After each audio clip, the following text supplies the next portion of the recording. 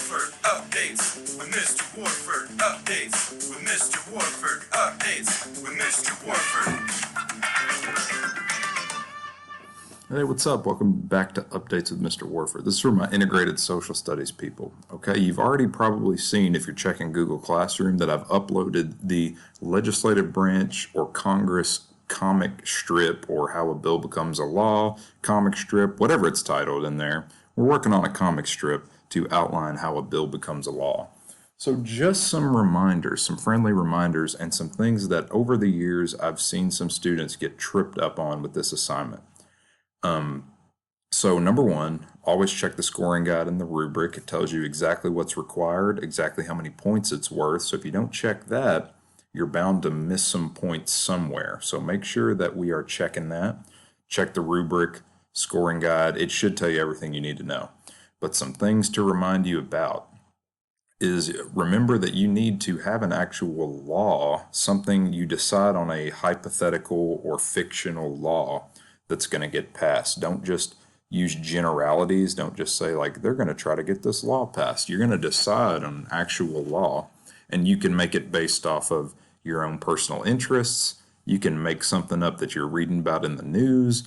It can be really anything, but remember, it's a story. So if you were going to watch a movie about how a bill becomes a law, or read a comic about how a bill becomes a law, if they just said they're just going to pass something, it wouldn't be very entertaining, right? Or really make you want to read it.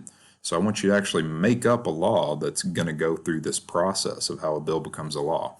And it's also important to note that in your story, it doesn't have to pass. You can make it where it never passes and the bill dies in committee.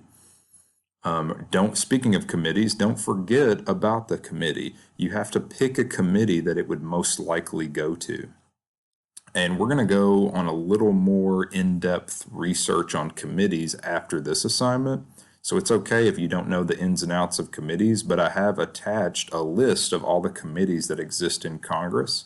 Think about what type of law your story is about, and just do your best on trying to figure out what committee would it probably go to, just based on their titles and descriptions that I've attached. So don't forget about the committee. If you don't make it go to a committee, it's not accurate, because every bill goes to a committee in Congress. Make sure that you are working on this when you're at home. It's a multiple day assignment.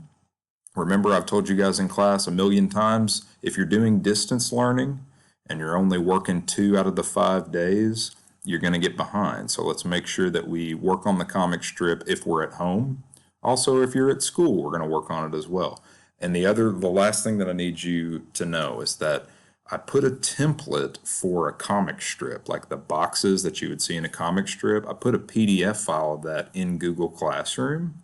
Now, if you don't have a printer at home, if you're working from home, you can make your own on a piece of paper, but you need to make it look similar to that template that I posted, which means you need to have a minimum of 7 boxes. An entire 1-page piece of paper, normal paper, notebook or computer paper, but it needs to have at least 7 boxes.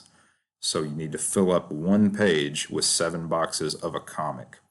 One of the common questions that I get is, am I graded on art? No, because I don't have any art skills either.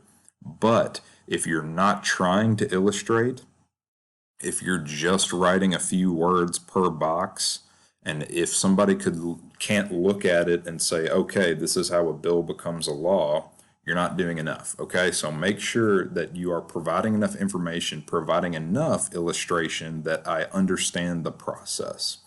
So let me know if you have any questions. We're going to be working on that the next couple of days. Peace.